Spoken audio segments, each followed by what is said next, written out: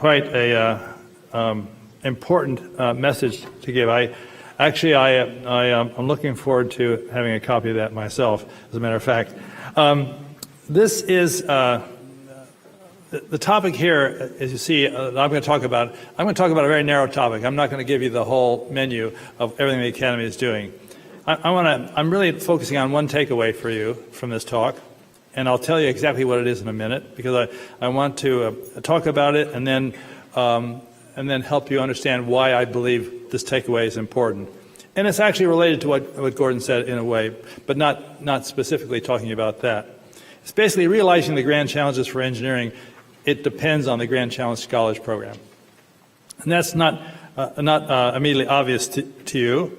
And it's also, it is why I want to talk about it, because I believe it's true.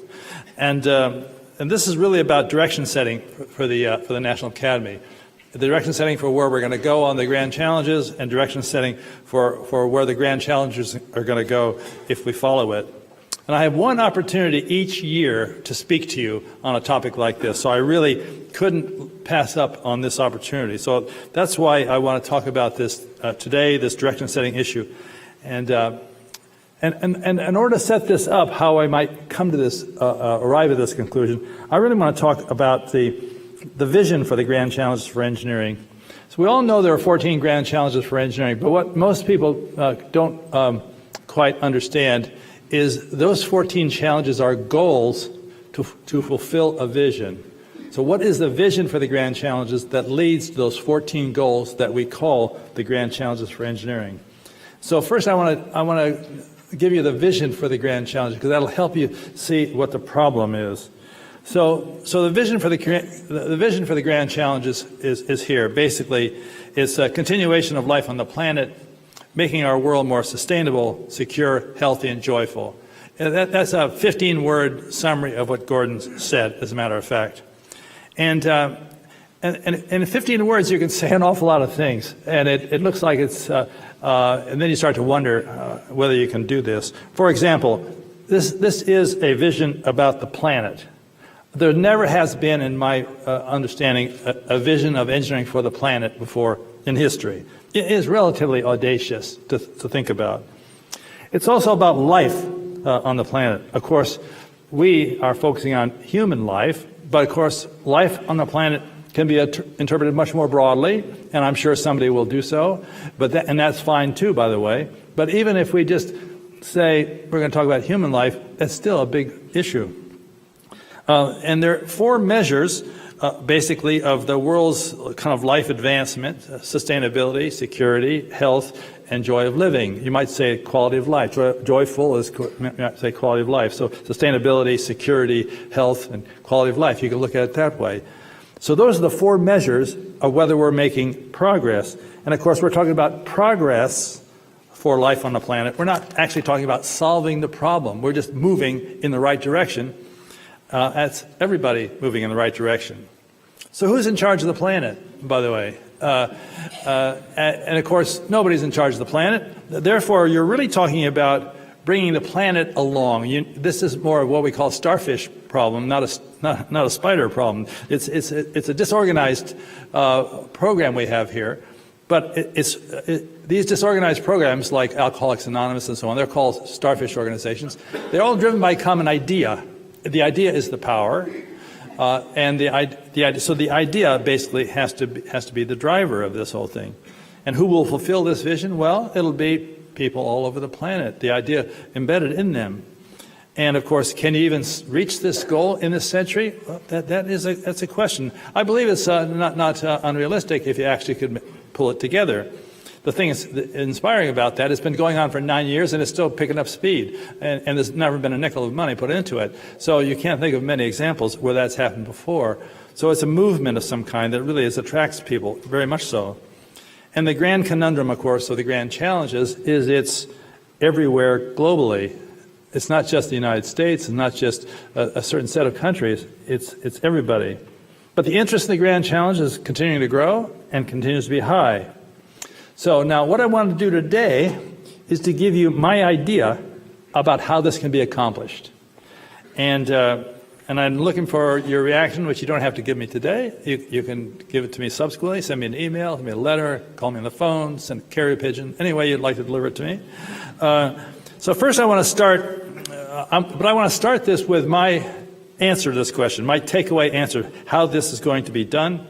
And then I want to explain, I want to give you the answer first, so as I make remarks during my talk, you can decide whether what I say in the talk is supporting this answer or not. And so that's what I want to do here. So my idea of how this is actually going to work, how we're going to actually fulfill the vision of the grand challenges for engineering, it's going to require this issue. The kind of necessary condition for achieving the vision of the Grand Challenges for Engineering is the successful global implementation of the Grand Challenge Scholars Program. Now, this was never thought to be the case when this program was created, but as I look at this and watch this over this period of time, more and more that seems to be, this is the outcome of it. Now, I'll explain what the Grand Challenge Scholars Program is in a second, rather briefly. But for now, let's just say the Grand Challenge Scholars Program is an educational supplement to any engineering program, anywhere, that prepares students for grand challenges and programs like them. That is, global, multicultural, multidisciplinary engineering systems with a socially conscious foundation for sustainability, security, health, and joy of living. So that's the character, global, multicultural, multidisciplinary engineering systems with a socially conscious foundation. Those are problems like them. So the expansion of the Grand Challenge Scholars Program globally is the key, actually, to satisfying the vision of the Grand Challenges in this century. Now, that conclusion is based on four observations of mine. First is the students in the Grand Challenge Scholars Program are highly committed to the Grand Challenges. That's an observation over this program. Secondly, students have the capacity to introduce the Grand Challenge movement itself into their communities, wherever they may be, around the world as well as around the country. Students have potential for leadership on the Grand Challenges as professionals and as volunteers subsequently. That is ongoing leadership in this, which of course you need in order to carry this on.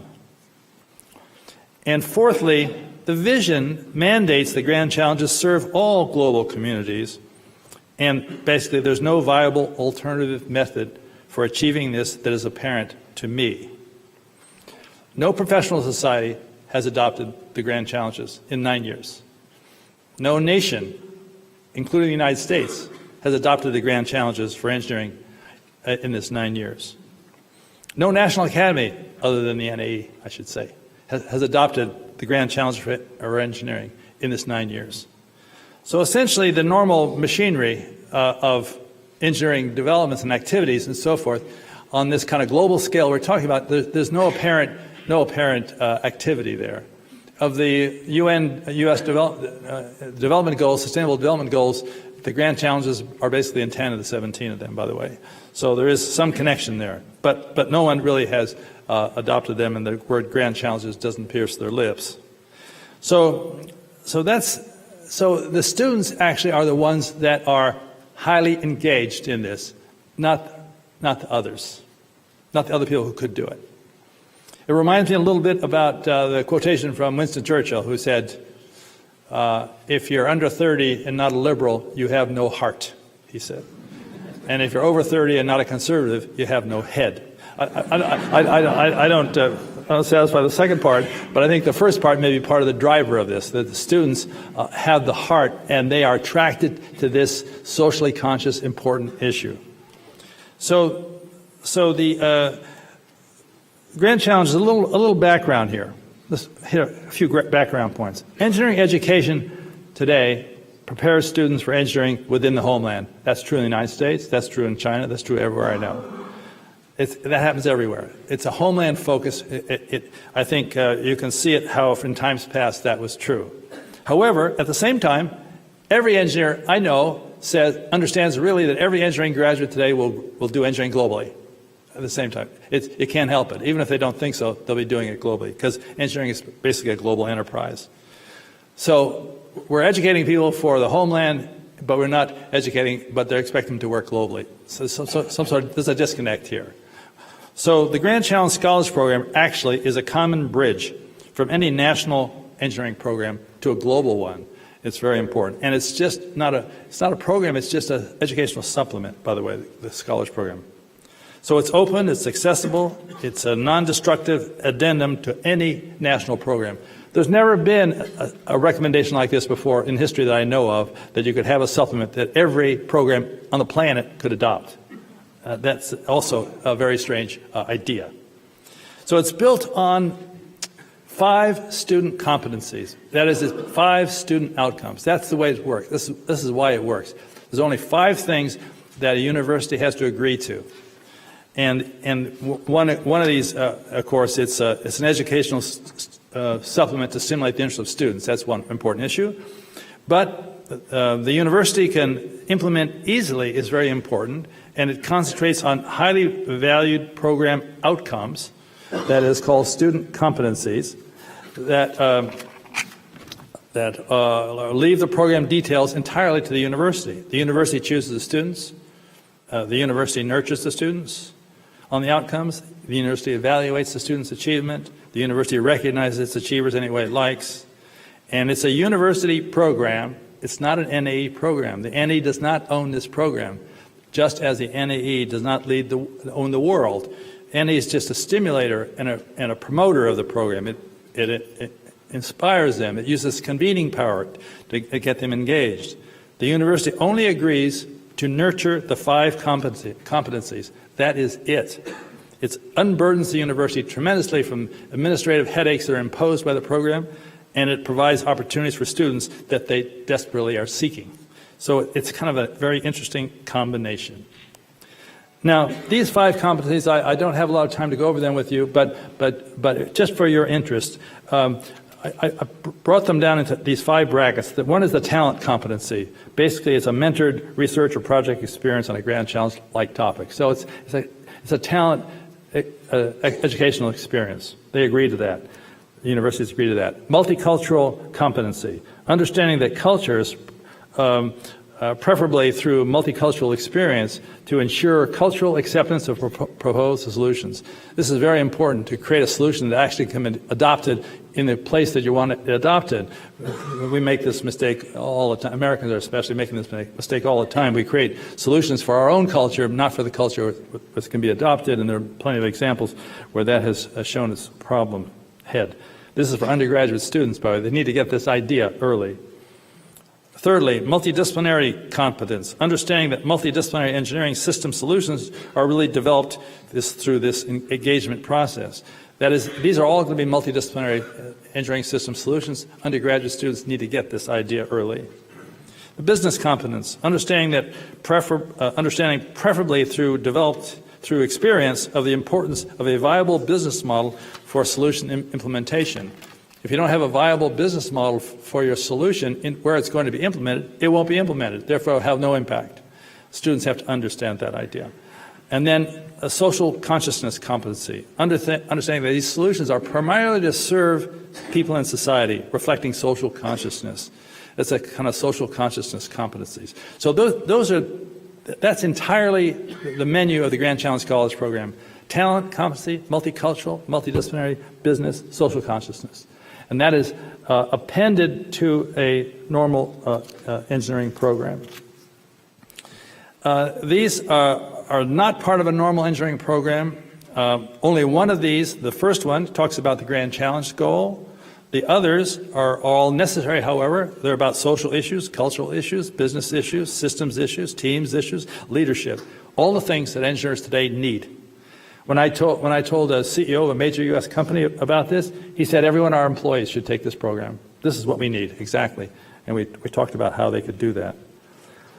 It's easy to associate these 5 competencies with any engineering endeavor, and of course any global endeavor outside of engineering too, as well. It's also important within the nation, by the way, because these same issues exist inside the country as well. The cultural, multidisciplinary and cultural issues also show up inside the country. So you might also note that this is entirely different than a study abroad program. Study abroad programs of the universities, of which I had many when I was at the president of Maryland, are designed intentionally to avoid these difficulties, all these difficulties, are participating fully in different societal cultures, rather than preparing them to do so, which is what this is trying to do. So this is actually trying to prepare young engineers to engage globally. So now to kind of comment on these competencies. What are the key points here? Engineering talent is the coin of the global realm. Every company, every country, every university, every organization I know seeks talent in engineering. And I have yet to find a counterexample. If you know some, please let me know so I can change the story. China graduates more engineers each year than the United States, the European Union, and Japan combined. And still, they're short of talent. They're recruiting talent from everywhere. They even take their work to the talent if they can't get the talent to go to China. So this is the situation of the world we're in today. The Queen Elizabeth Prize for Engineering was created, £1 million every other year, specifically to inspire United Kingdom students to be interested in engineering. It's entirely intended to inspire people in engineering. If you asked me when I was a postdoc in Britain, way back when, 1960s, if the Queen of England would ever put her name on a prize for engineering, I would have said impossible. But it's changed because of the need for talent in engineering and the need over the world for it. Second, engineering is the empowering discipline of our time, creating unprecedented advances in sustainability, health, security, and quality of life.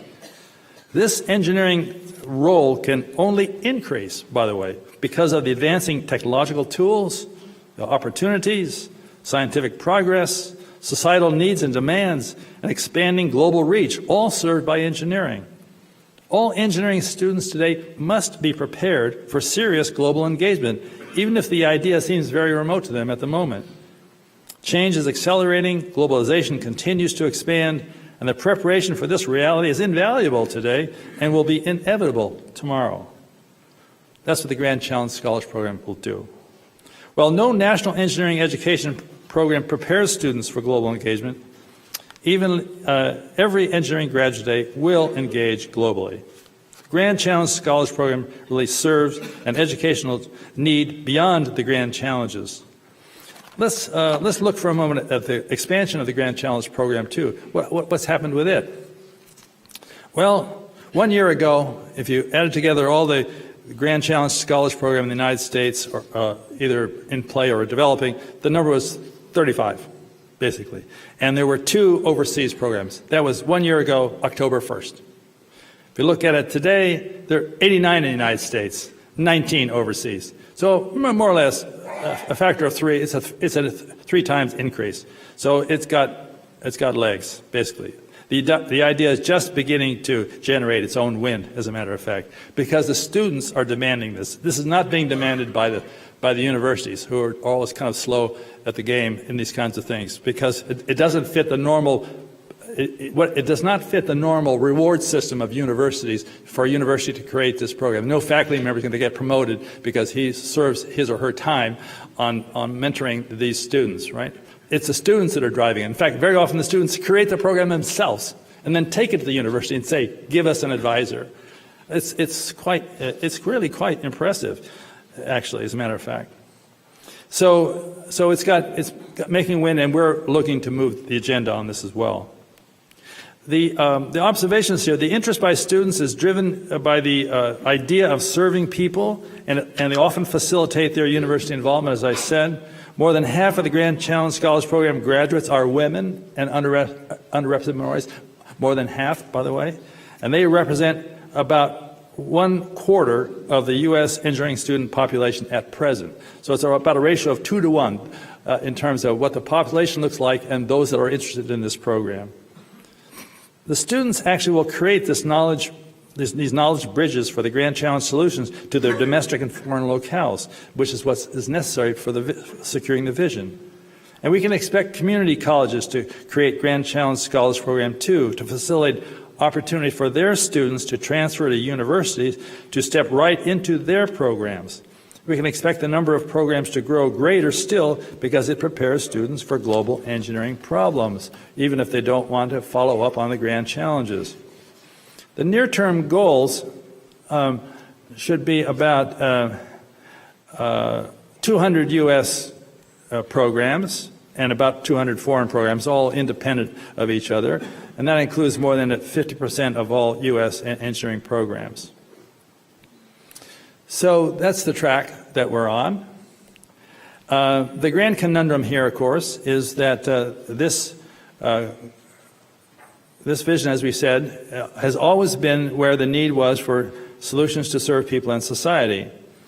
And some solutions depend on the locale. For example, provide access to clean water can vary very rapidly from place to place.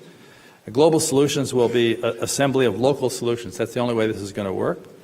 You're not going to have a global solution that's going to serve everybody. You're going to have lots of local solutions. So each local solution requires access to engineering and talent to realize the vision, and the global community needs to be engaged. And how are you going to get that through the Grand Challenge College program? So the young engineers really are the key link between the grand challenges and the distributed locales. They'll be the drivers of the solutions. These young engineers will contribute to the solutions in many ways. They'll be partners in them. They will start companies. They will share their ideas. They will implement solutions. They'll create ideas. They'll be passionate about it. They'll want to move the agenda. And really, what's not to like about inspiring them to do so? So they'll link the solutions to the locales, and that's the only mechanism I can see at the moment that's going to do that. The assembly of talent, leadership, and the reach of the local solutions will, piece by piece, stretch over the globe as the Grand Challenge continues its expansion. So the continued expansion of the Grand Challenge Scholars Program globally is necessary to achieve the vision of the Grand Challenges. And there's no sign of it slowing down after 9 years. But like any movement, you really don't know what's going to happen 9 years from now. But since it hasn't been funded by anybody, and it's only been driven by the idea for 9 years, and the idea is still expanding, well, this is a horse you have to ride. You just don't know how far the horse is going to run. It may run for the rest of the century. It's not slowing down anyway. So we have two options. We get off the horse and just let it die. We can ride the horse and see where it goes. And we can continue to inspire students who are doing great things and want to do it and let them get on with it. And it seems like that's a reasonable direction to me. So its expansion, just like that of the universe, is accelerating. And basically, that's it. Thank you very much.